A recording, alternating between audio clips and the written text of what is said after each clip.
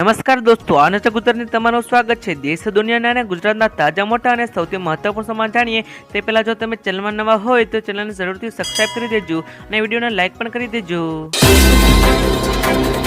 પ્રથમ સમાચારની વાત કરીએ તો હવામાન વિભાગની આગાહી અનુસાર રાજ્યના કેટલાક સ્થળો પર કમોસમી વરસાદ પડે તેવી શક્યતા છે। આગામી 3 દિવસ ગુજરાતના અનેક વિસ્તારોમાં કમોસમી વરસાદ ખાબકી શકે છે। એટલું જ નહીં પર ભરવાળા ચોમાસા કેવી સ્થિતિ થઈ શકે છે। હવામાન વિભાગના જણાવ્યા અનુસાર 10 જિલ્લામાં ભારે પવન અને ગાજવીજ સાથે વરસાદ પડે તેવી આગાહી કરવામાં આવી છે। ભર ઉનાળે વરસાદની આગાહી કરવામાં આવી છે, જેના પર ખેડૂતો પર ચિંતાનો માહોલ જોવા મળ્યો છે। ગુજરાતમાં આગામી 3 દિવસ વાદળછાયું વાતાવરણ રહેશે। સમગ્ર ગુજરાતમાં હળવો વરસાદની આગાહી કરવામાં આવી છે। 10 જિલ્લામાં ભારે પવન અને ગાજવીજ સાથે વરસાદ પડે તેવી આગાહી કરવામાં આવી છે। રાજ્યમાં ભર ઉનાળે કમોસમી વરસાદ જામ્યો છે। વિવિધ વિસ્તારમાં ચોમાસા જોવા માહોલ જામ્યો છે। કચ્છ, પોરબંદર, જામનગર, પાટણ અને અરવલ્લી વરસાદી માહોલ જામ્યો છે। કમોસમી વરસાદના પગલે ખેડૂતોને ખેતીના પાકમાં મોટા પાયે નુકસાન થયું છે। કચ્છમાં વરસાદી માહોલ જામ્યો છે। અંજાર, મુદ્રા, ભુજ તાલુકામાં કમોસમી વરસાદ ખાબક્યો છે।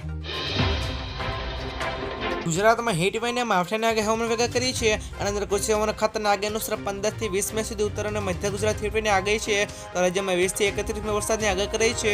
મહેસાણા અને હિંમતનગર વરસાદની અસર વધુ રહેશે તેમ જણાવ્યું છે। સુરેન્દ્રનગર, ભાવનગર, રાજકોટ પણ વરસાદની આગાહી કરવામાં આવી છે। દ્વારકા અને જૂનાગઢ પણ વરસાદની આગાહી કરાઈ છે। અરબી સમુદ્ર પ્રી મોન્સૂન એક્ટિવ થતું આગાહી કરાઈ છે।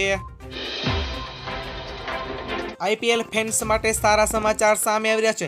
ભારત અને પાકિસ્તાન વચ્ચે ચાલી રહેલા તણાવને કારણે ભારતીય ક્રિકેટ કંટ્રોલ બોર્ડ આઈપીએલ 2025ને એક અઠવાડિયા માટે સ્થગિત કરી દીધું હતું। જ્યારે શનિવારથી બંને દેશો વચ્ચે યુદ્ધ વિરામ અમલમાં આવ્યું છે, ત્યારે આઈપીએલ ફરી શરૂ થઈ શકે છે। આવી સ્થિતિમાં સંભવિત તારીખ બહાર આવી રહી છે। ટાઈમ્સ ઓફ ઇન્ડિયા એક અહેવાલ મુજબ આગામી સપ્તાહના અંતે એટલે કે 15 પહેલા આઈપીએલ ફરી શરૂ થઈ શકે છે। બનાસકાંઠા જિલ્લામાં ચાલુ વરસાદ પડેલા કમોસમી વરસાદના કારણે અનેક વિસ્તારોમાં ખેડૂતોને નુકસાન સામે આવ્યું છે। છેલ્લા 3 દિવસથી કરા સાથે અને વાવાઝોડા સાથે આવેલા વરસાદ અત્યારે ખેડૂતોના ખેતરમાં ઉભેલી બાજરી સહિતના અનેક પાકોમાં ભારે નુકસાની કરી છે। ત્યારે ખેડૂતો માંગ કરી રહ્યા છે કે સરકાર દ્વારા તાત્કાલિક ધોરણે સર્વે કરી અને સહાય આપવામાં આવે।